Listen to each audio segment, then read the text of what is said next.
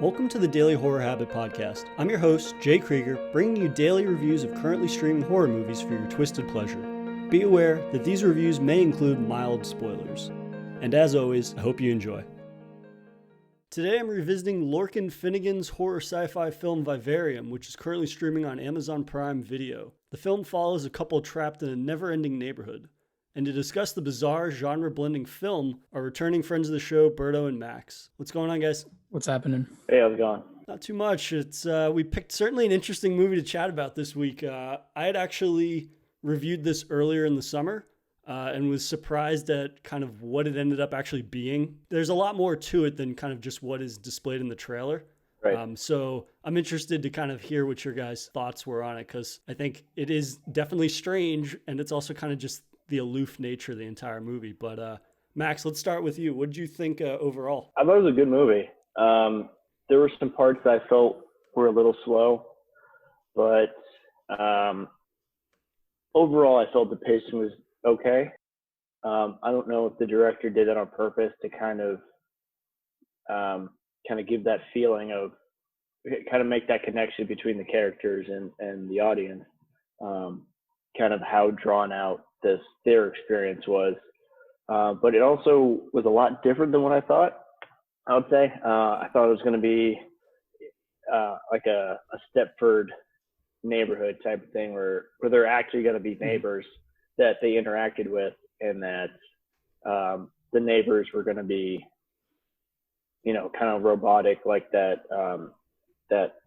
Martin guy, that character that we meet pretty early on. That it was just going to be a neighborhood full of those people, and then all of a sudden all this creepy and sinister things happen in the background.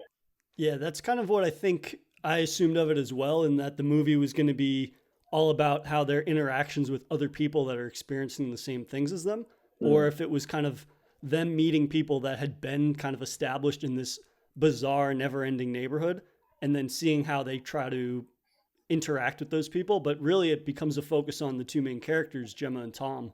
Berto, what did you think overall? Yeah, it was a strange movie for sure. I thought it was out there. Like Max and you were saying, like I thought there was gonna be more people involved. I don't know, it was just them in this kind of Groundhog Day kind of loop that they literally go through the whole life in this town. Yeah, it was definitely interesting. I was expecting more scared, like more of a scary movie, not of in the sense of like just this weird environment, like weird robotic people. But yeah, overall, I thought it was good. It was pretty enjoyable. It's just definitely out there in its own world. I don't think I've seen a movie that strange in a while. I would classify it as horror adjacent, in that it isn't really about these kind of in-your-face scares. It's more kind of the existential terror, I suppose, of their predicament. Like they're stuck in this place they can never leave. And it isn't really about someone preying upon them in the traditional sense. It's more about them being trapped in this place and being forced into a situation that they obviously don't have a say in. What did you think of the kind of weird intro to the movie, Berto, where it starts with the perspective on a bird's nest, and then it shows, it's like nature footage at the beginning, and then it cuts right to the protagonists, Gemma and Tom, who were played by Imogen Poots and Jesse Eisenberg? Yeah, that was a very interesting introduction to the movie. It's just like, I guess I think we saw it together, so we're kind of like talking about how you were saying that it kind of has to do with the flow, like I guess the cycle of the life or something like that, which I was even watching the movie, I was kind of like, really, for me it was a little hard to like make that connection. I don't know, I mean, I guess it's like the baby bird is born, then it falls and it dies, and it goes back to the ground. I guess it's kind of like this recycling process kind of thing, but it was definitely very interesting. I mean, it took me a while. Like if we didn't talk about it, I would have probably still be thinking about like, what did that have to do with the movie, for me at least. But then you kind of brought up the fact that it's like kind of this life process that they kind of living through. So yeah, it was interesting, but it was overall I thought it was a pretty good intro to like setting up to what really happens. Yeah, that wasn't necessarily clear to me either on the first time I watched it until I went and researched it. So apparently it's more about how the species of birds in the beginning of the movie that are in that footage are different. And so it's one of them is inserting itself into a nest and it's replacing the one that's naturally there. Oh. Yeah, the cuckoo bird. Yeah, and I saw that. So I watched it again briefly, and they mentioned that, Gemma actually talks to that little girl, and it says, that's a cuckoo bird, and then the cuckoo bird lays its egg in another bird's nest, and then once the cuckoo bird hatches before the other species, and then as you saw, it pushes the other eggs out, and then tricks the parent into raising it until yeah. And so, I mean, that was like a direct, like in your face parallel to what actually happens. Even to the point that would make sense now. Yeah. Yeah. Even to the point of, the way the cuckoo bird screams every time it's hungry or it needs something is just like that creepy ass kid that they raised. So yeah, I kind of had that, like, oh shit moment, on the rewatch. Damn, I completely missed that. Shit. Yeah. This was my second time watching it as well, and it really is so on the nose in terms of just the metaphor that it's setting up for the parallels and whatnot throughout the whole movie. And I mean, even the title of the movie, Vivarium, like a vivarium is an enclosure where you put obviously insects and typically not people, but it's something that you use to kind of control the environment, to monitor and observe. And again, that's another parallel to the entire purpose of the movie, in that I guess we'll call them the creatures, which is like Martin, the real estate agent who lures them there. He's basically putting them in a vivarium so that way they can raise the creature or alien child for him, basically, so that way they can kind of imprint human characteristics onto this race of creatures that want to assimilate, but they obviously lack the skills of creating something or new or original that has those same like human qualities. Just because it looks like a human, we find out it does not behave like a human at all. Yeah, that was creepy. Those creature things are very wild, especially with the little kid. Yeah. Honestly, I would have killed him very quickly early on. I would have lost my shit. Once he starts screaming like that, I'm done, dude. Right. He's got to go. And so Candace, so I saw the movie. Candace suggested the movie because she heard about it from a friend. And so as we're watching the movie, again, striking parallels because Candace and I are looking for a house. And so she's like, so as soon as if we walk into a real estate company and this dude stands up, we're turning around, we're leaving. And I was like, yeah, of course. Like, yeah, we're getting the fuck out of there. But she asked a pretty interesting question. It's like, how long do you think it would take, and I'll pose this question to you guys, like, how long do you think it would take for you to like finally snap? Because it seems like Tom snaps way before Gemma does, or maybe Gemma is able to reel it in. So how long do you think it would take you before you start digging holes in the yard? Yeah. What do you think, Berto? I think I would probably very early on. I would have done it. I probably would have. I don't know. I would have questioned the shit out of the kid, and then I would have been like, "All right, this kid's weird." And as soon as I hear him yell like that, I would snap. Yeah. Yeah. I mean, we start to see Tom's grasp on things or handle on things kind of deteriorate when the film jumps ahead to, I believe it's 98 days from finding the baby to him being the little boy. And that's when Tom starts to snap. And I think that is very telling of just kind of the vivarium that they're in. And it shows the disconnect between the creatures and people. And it's something that I, again, didn't realize until a rewatch, in that the creatures don't realize that like boredom is a thing because it's not something they experience. And this idea that for 98 days, all you would do is raise a child and do nothing else. Yeah. Like that's why Tom becomes so obsessed with digging the hole, because it's the only other thing for him to do. I mean, I'd probably lose it after 60 days. I don't know about even making it 98 days, right. just with nothing else to do. They can't watch TV. They can't read books. They can talk to each other, but nothing's happening. So the idea that he makes it 98 days before he snaps is like pretty admirable. Yeah, definitely. How about you? How many days would you last? Oh, I don't know. I don't think I'd make it 98. Maybe you could. And they mentioned that the food makes them sick. So, you can't really cook. You can't, go out and take a jog. You can't like work out because, whatever you eat kind of makes you sick. So I don't know. 98 days seems like a stretch. And the food doesn't even have flavor, right? That's Yeah, what we learn when they bite into that gift bag Mhm. that has the champagne and the strawberries. Like he takes a bite and it's like, oh, it doesn't taste like anything. Right. It's like so So they nasty. can't even derive like pleasure from the most basic thing, which being food. Mhm. Yeah. But overall, I mean, what did you feel about kind of the trajectory of their relationship? Like, forget even the kid. I feel like we don't know anything about them other than their jobs at the beginning of the movie. But then it seems like just at the slightest inconveniences, there's some tension between the two of them. Berto, what did you think of their relationship? Yeah, I mean, I think so. Tom kind of, so when they first get the box with the baby, it says raised to be released. So it's like Gemma kind of understands that, all right, now we have to raise this kid. They don't know how long, but I think she's more focused on the fact that she has to raise this kid and then they'll be free to go back to their normal life. And Tom, I don't think understands that like process, or I guess I don't know if he ever read the box or something, but he just seems like he's on his own world. And you can tell there's like a disconnection, like it slowly builds up between Tom and Gemma. And it's like to the point where Tom just doesn't give a shit about anything. Like he's just like, I'm on my own, let me do my own digging and all that. And he kind of gets stuck in this his own world. And Gemma's kind of like playing along with this game so they can be back into normal society and back being released. But yeah, definitely their connection definitely breaks up. Like we can see even in the beginning of the movie until the end, it's like they first get there, they're kind of like hanging out, they're having fun with each other, brushing their teeth and stuff, and then like it shows the kind of fast forward the movie, and it's like you can see that Gemma's trying to play with him while they're brushing their teeth, and he's completely ignoring him. He's like in his own world, and like you just see the disconnection between them.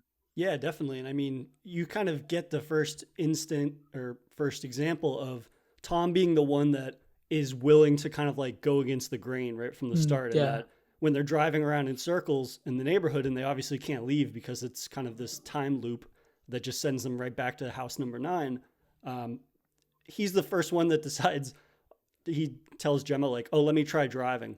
And it's like, Yeah. well, that's not going to change anything. Clearly, Yeah. she's been going in the same direction and she ends up back where she started. But also, he's the one that decides to like burn the house down and Yeah. try to burn the house down. And I feel like that's like the last thing I would expect to try that like at the end of the movie. And that's Yeah. like the third decision that he makes in the whole movie is just like, oh, I'm just going to burn this house down and we'll go from there and see what happens. What did you think, Max, of their relationship? I mean, I thought it was kind of bullshit from the start, because it was just they just the dynamic was weird because you know, she's a teacher and he's a groundskeeper, I'm assuming, and then he's talking about, you know, and he's borrowing her car and they're talking about, oh, I'm gonna get this, you know, get this van, I'm gonna do this and that, and then they get to you know, then they're looking into buying a house together, and you don't really know how long they've been together or what, you know, the context of it is, but you don't really buy a house with someone you've only been dating for a while. I mean, Right. it's hard enough just to live with them for however long, especially when you first start dating, and then you already see that kind of tension between it because Tom is, you know, making fun of Martin and he's cracking jokes the whole time, and they seem to have a decent relationship, but I don't think it was, you know, the kind of relationship where you buy a house together. And then obviously, you know, they get into the argument while they're driving around. You know, Tom just really kind of takes charge and not let Gemma do anything besides eventually he kind of ditches her for the whole and lets her raise this kid, this mutant kid. So it didn't seem super healthy from the start. That's the thing that I liked least about this movie is that they are not believable to me as a couple. Or like you said, Max, the relationship that they show between the two of them, like I can't imagine they're going to go out and buy a house together. It just seems like it's a very rocky foundation. And yet, I mean, we've seen in plenty of movies where there's a relationship struggle, people make big decisions for a short-term fix for a larger issue, right? Where we see characters that have like kids together. They're like, oh, we're having a fight. Let's have a kid. It'll bring us together. That kind of thing. But I feel like their relationship isn't even presented as being that shaky. Like it's almost just the inkling that their relationship is kind of rocky. So I don't know, just the idea that like they're a couple, they're going to start a life together and already thinking about children when, like you said, they've only been dating for probably a handful of months, or that's how it comes off as. It just doesn't come off as very believable to me that they would even be in a couple in that predicament with one another. Yeah, it doesn't feel like they're very bonded. Like their Right. connection doesn't seem so strong to make such a move. Like even when Tom like pins her down on the floor, like in the middle of the movie, I think it seems like that's like her first. Obviously, it's her first experience of Tom doing such an aggressive thing, but it just seems like, I feel like if you'd known someone, you kind of would know that they would react that aggressive in tough situations. So it just seems very, very disconnected of how long they've been dating, how long they've been seeing each other. So she seems to be surprised at every crossroads how Tom reacts. I think she expects him to kind of stand next to her whenever they hit these crossroads, but then he kind of just, I guess metaphorically and physically, goes into a hole by himself. And, you know, and I think now that I say that, I think it's a very interesting metaphor. As the movie goes on, he gets deeper in the hole and then, you know, further and further away in his own mind and, you know, even away from Gemma. Yeah. And I mean, him like literally hitting rock bottom, again, metaphorically speaking and physically, in the terms of finally finding the perceived bottom of his hole once he starts hearing the noise from the bottom of it. Also, like you said, the deeper down he goes, the more in the hole he finds himself in the relationship with Gemma and by association, the creature child. Yeah. But again, coming back to their relationship, if I'm not invested in the relationship, considering the middle half of the movie, which I think is the weakest part of the movie and drags the most when they're having the most conflict, I'm not invested in that conflict because I'm not invested really in them. I'm more personally, I was more invested in kind of the whole mystery. And I'm just curious, what did you think of the overall way that they handle that mystery? This idea that they're in this clearly a time loop or an alternate dimension, and the idea that it's kind of presented as being Stepford wife-ish. What did you think, Max? Yeah, that I was guessing the whole time as to what these creatures are and like how this whole process is going to unfold. Because you know, like you said, it does seem like a controlled environment, almost like a simulation or whatever. But I just could not. I couldn't figure it out. I couldn't figure out even with the kid when he starts going off to what I would assume to be, you know, alien elementary school. When he comes back with the book, you know, it's kind of like, where does he go? You know, there's this alien language and it talks about the biology of the, you see these diagrams and everything and the television, especially. I don't know they never explain the television or the language, which I think has kept me interested in the movie the whole time. But I was also kind of disappointed that they didn't explain it a little further. Berto, how did you feel? Do you think that they explained the background on the creatures enough, or do you think that it was just the right amount? No, I thought they, like Max said, I think they should have explained more, because I was very curious as to what the writing was and what the TV had to do with it. Like, was the TV just to keep the kid entertained, or was it like feeding it something, like some kind of like message? I wish we would have known more about it. It's like Max said, like I wish they would have explained more about where were the kids going, or where was the kid going, and like where they just kept looping in, like where they were going to school. I would love to see more into that, because I felt like Max said, it was kind of very like weird. Like, yeah, the kid just turned a corner and just disappeared, or he disappeared for like a long time and then he just showed up out of nowhere with a book. It's like I wish we'd have known more about them, about the species and stuff like that.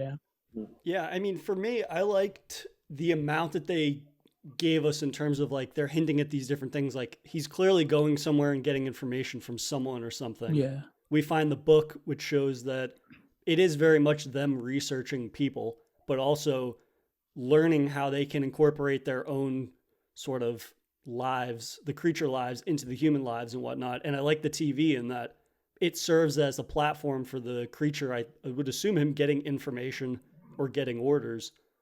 And even that instance where Gemma wants the child, she tricks him into revealing like who he's been talking to. And we have that creepy moment where his eyes like roll in the back of his head and these this thing like comes through his throat. So It looks gross. like a frog almost. Yeah. Like Yeah. a frog is sucking up air in its cheeks and whatnot. And that's like super creepy. But I wish the film had given us more moments like those. Hmm. And I didn't feel I necessarily needed more information, like specific facts, just because I think when you're given enough of these creepy little pieces, whatever you start to piece together in your head, like an explanation, it probably is going to be more fucked up than whatever they actually, like the actual reason behind it. I just wish that we had had more creepy moments for them to be suspicious of the kid. Because I think that middle act, it's so concerned with pitting the characters against each other. And the kid is kind of just there repeating what they say. And that, for me at least, I think goes on a little too long. Yeah, I would have loved to see how Tom would have reacted to the kid doing that noise. Because Gemma, we clearly can tell she's frightened by it, like, what the hell is this? I wonder how Tom, I would have loved to see how Tom would have reacted had he seen the kid do something like that. I think he would have probably killed him, honestly, because I would. Yeah. I would have drilled that pickaxe right into his brain. Yeah. Yeah. Or put him in the hole. Yeah, exactly. Yeah, I think I would have preferred to see some type of, again, at the end of the movie, obviously we see that Tom is the one that succumbs first to being sick from not only the food, but I mean, by that logic, if the food is not healthy for them, I would assume the water and even the air isn't healthy for them as well, because the aliens don't understand. They just mimic things that they see, and they don't really understand or know what water or food or air is supposed to actually be for people. But I would have liked to see some type of reconciliation between the two of them in terms of them coming to an agreement on how to deal with the child or formulate a new plan to get them out of this predicament. Whereas they come together at the last moment just because Tom is dying. And that feels a little disingenuous in terms of like, all of a sudden we're going to look past the fact we've been arguing for an hour and just, well, I have to bond with him now because I'm not going to be able to in a minute. So Right. I don't know. It would have felt a little more natural, I think. I want to get into one of my favorite part of the movie, and I want to know your guys' take on it. And that's the big reveal that the version of Yonder that the two characters are in is actually one of an infinite amount. We don't know. Yeah. And that when we find out that it's all layered on top of each other in this kind of multiverse, as it were. Max, what'd you think? I think that was one of the answers that I was looking for. It was an answer, and then it also gave me another series of questions that I had. Another 100 Yeah, questions. yeah. But I think it was really well done. A nice kind of Alice in Wonderland type of deal where she slides underneath the sidewalk, and then it's just this almost montage of all these other houses. And I thought it was a great moment where she, fell through the wall, and there's this one mother crying at the kitchen table, and then they make eye contact, and they're both like, "Oh shit! Like there are more people here. Like where'd you come from? Like what's going on?" And then she falls to the floor, and she keeps falling through these various levels and different families. Kind of creepy when those two people were having sex and the kid was like in the doorway clapping. Yeah. That was so bizarre. Yeah, It was fucked up. Yeah, and the one guy, one guy was in the bathtub, and it also, one of the questions I had was, it seemed like all the men in these various levels were gone. To some, either they're dead or they're not in the house, or they just weren't really in the scene. And it mirrored Gemma and Tom's situation as well. And does this kid, push out the father on purpose to establish a better relationship with the mother? That was one of the questions. I think that was like one of the more meta questions. I don't know if the director meant to do that or not, but that's just something that I happened to notice. So what do you think about the level? For me, I think it kind of plays into the larger idea that, and this is one of the things that I read about, was this idea that for this ecosystem or this vivarium, the idea that it's reinforcing that men die before women. And so pushing out the men early on, I feel like that lines up with that, in this idea that like the men's going to be around for the least amount of time. So forming a stronger bond with the women. But I think also it kind of just reinforces this idea that the whole entire structure that they've built, that the creatures have built, in terms of forcing a man and a woman to raise the next generation of creature to be more human, it just shows that like when you're forcing people into a situation they don't want to be in, like a strife is going to ensue between those characters, and it really is going to rip people apart in a way that only humans or people that are capable of emotions and feelings would even know about. I just love the whole visual style of that scene, though, even more so than like what we learn, which is some people are getting pushed apart. Some people are accepting this fucked up reality and banging out in front of the little creature child. Some people are killing themselves. But more importantly, it just shows kind of the trippy nature of it, where each level, the color palette changes. So it's like a neon red, a neon purple, a neon green. And then she's like falling through the floor and all these different things. I mean, visually, that's the most interesting part of the movie for me. Mm-hmm. What did you think of that segment overall, Berto? Yeah, I thought that was definitely trippy and definitely out there. For me, I thought like I was thinking about it like, so the kid is like watching the couple have sex and he's clapping, which is very, very creepy. But at the same time, like I noticed like the husband was always the first one to go, and I wonder if the aliens wanted the couple to raise the kid to the point where the kid itself could basically sleep with the wife to reproduce itself. That's my thought. It was some weird shit. That's what I thought. I don't know. That's what I was thinking. I was like, yeah, because the husband's the first one. Always it seemed like he's the one that dies first. So I was thinking maybe the alien uses the female to reproduce, and that's what we see in the book. Like, you see the husband, the wife, and then the kid in the middle. It's like, I wonder if it gets to the certain age where it's like it reproduces itself, or she ends up killing herself because she can't take it. The fact that they're in that world. So it's like, it's one of those things. I wonder if like the alien it's to the point where if it knows enough that it can act like a human, that's when it goes out to the world to bring back more people to keep reproducing and teaching their kids to grow. I'm glad it didn't happen, but when that scene where they the kid was spying on Tom and Gemma having sex, I got a flashback to Splice, and I was really hoping that they wouldn't have that scene where that Tom would be out of the house and this alien, because I saw the progression, and eventually when it flashed forward and the alien was a young adult, I was like, I swear to God, if I could have that scene, if they take that scene from Splice, where he saw the reproduction and then he goes after Gemma, that didn't happen, thankfully, which was I thought made it a better movie, just by not having that.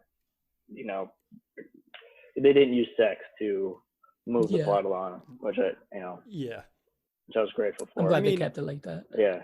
It's also great because they go against exactly what you're expecting. Yeah. Mm-hmm. And I mean, I'm always in favor of that, even though it would have spiced things up to the degree that it actually gives them a literal reason to be in conflict, instead of just like being trapped in this fucked up scenario with one another. But I mean, I really like the montage early on in the film where they're trying to break the loop basically, and it's them walking for miles and miles and miles following the sun, and then they end up back in their own backyard. And I mean, even that shot where Tom climbs up onto the roof and he just looks and he thinks that he can see the end of the street, and yet it just goes on infinitely.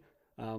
I think that's the one thing I would really wish that the film had done a better job of, in terms of it establishes this world that is shrouded in mystery, but the things that it does with that mystery aren't necessarily that interesting. Yeah. Like, I feel like I was roped along just enough that the mystery itself, it's kind of like the mystery itself is not that interesting. It's kind of just the hints at it and the way that it's shrouded in mystery, I guess, is what I'm trying to say. How did you guys feel though about the conclusion? Because it comes pretty suddenly once Gemma falls out of that alternate universe. Mm-hmm. What'd you think, Berto? Yeah, I thought it was interesting. So I was curious more to how did Gemma die? Did he just kind of kill her? Like, I wasn't really sure. Like, did she get old, or did she just kind of died because of not enough nutrition? I wasn't sure about that, because I think there's a scene where they're talking and then it jumps to her being in a bag, and it's like she's still talking, but is he just gonna kill her because is she like kind of giving up on it and she's like, just kind of like kill me and go with it, or I just wasn't sure about that ending, at least that scene of it. But like the ending overall, where he kind of goes back to the real estate office, that was kind of weird. Like it was creepy, the fact that he puts the old Martin into this bag and he folds him in half in a very weird way. And it's Yeah. like, Jesus, what the hell? And it's like, but at the same time, it kind of wraps up, it kind of like brings everything together in the sense of like, it's kind of a cycle. They just keep Right. like basically reborning, and like they just keep going back and forth and teaching them so they can keep evolving. Jeff, thought it was pretty good. I just was curious more about Gemma. How does she come about? At least I didn't catch on to, just, is she just kind of giving up on him or something? So that was something that was a lot clearer on the rewatch that I had, in that I had the same exact reaction when I first watched it. I was just like, so did he kill her? Like, what happened? Is her Yeah. being in the alternate dimension killing her faster or something? But then when I was kind of reading into this idea that the food is toxic and the world itself is toxic, even though it Mhm. looks very idyllic, um, and I mean, men die typically before women. And Yeah. so if the woman has a little bit longer of a lifespan, she would last longer. But at the end of the day, they both have the same fate. And that's Right. the irony. That's like the tragic, or the dark humor irony rather, of Tom digging their own graves for them. Mm. And then we see, as soon as the creature kind of refills the hole after putting Gemma's body in it, it kind of just, the grass regrows instantly over it. And Yeah. they're basically forgotten, which is their cycle of life essentially. And then, like you said, the ending, when we actually see the child, or he's not a child anymore, he's a grown man, go to the real estate office and take the old Matt's or Martin's nameplate. It is really just reinforcing again this never-ending cycle of life for both the humans and the creatures. Yeah. What did you think of that ending, Max? Because like Berto said, I thought that him folding that body and just Yeah. putting it in a filing cabinet was disturbingly abrupt ending. Right. I thought it was a decent wrap up.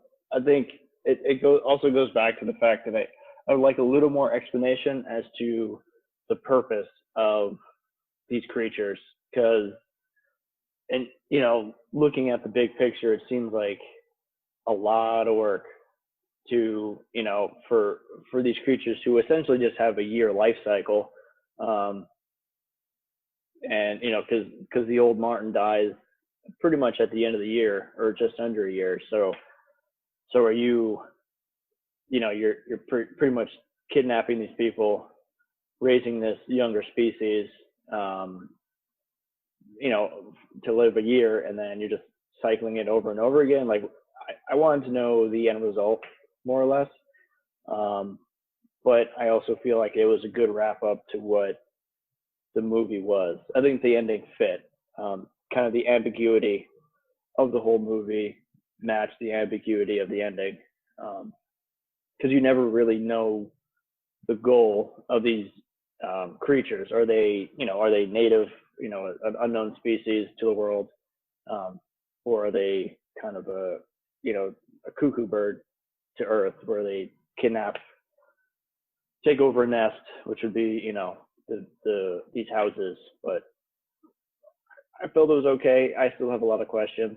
I think overall, I believe the movie could have had a little more direction. So there's too many questions to the mystery, and not much.